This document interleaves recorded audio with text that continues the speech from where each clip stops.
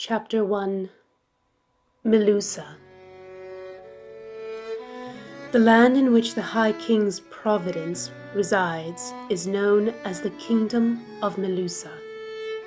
It is a lush and beautiful land that stretches for miles and miles, ending to the south, where the branching fingers of the Black Forest separate it from the Nightlands, and to the north, where von Rothbart's bane glimmers menacingly in its secret sorcery, unseen by the untrained eye.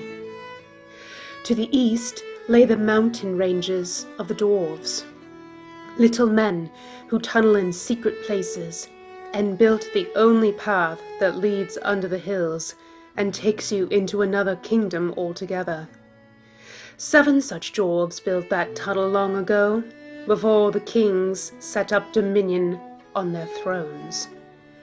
It was christened the Dwarven Road in those days, and thus it has continued ever since.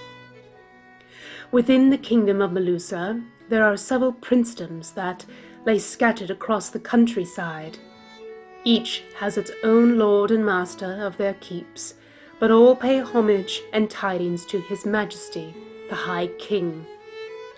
In the northwest is Waterford, a quaint princedom by the sea that provides mostly marine life as its sole source of trade. It also has the biggest and best port, so ships come in often to buy, sell, and trade their goods.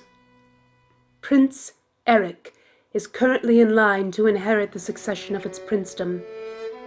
In the southeast is the land of Nod, a more bountiful land such as you'd be hard-pressed to find anywhere else, for the trees and flowers which grow in that land are both exotic as well as numerous.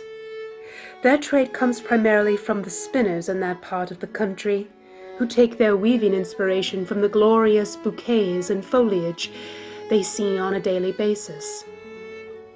Currently, Prince Stefan and his princess reign in that land, but soon Princess Aurora will take up her parents' mantle and rule in their stead.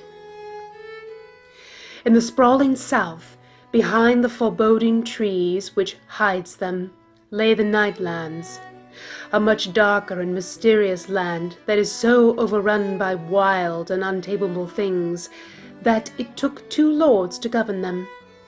To the west lies Castle Dracula, ruled in earnest by Count Dracula himself and his lady, Mistress Mina. Their daughter will be the next successor in line to govern over the Nightlands, although it is hard to say when she will be christened into the role, as vampires tend to live a very, very long time. And finally to the east lies Thornfield Castle. Nestled higher up on a rocky crag, it gets much better weather than Castle Dracula, but honestly, the latter wouldn't have it any other way. The current master of the estate is a boy prince who still has a long way to go before he can be considered a good and just ruler by his peers.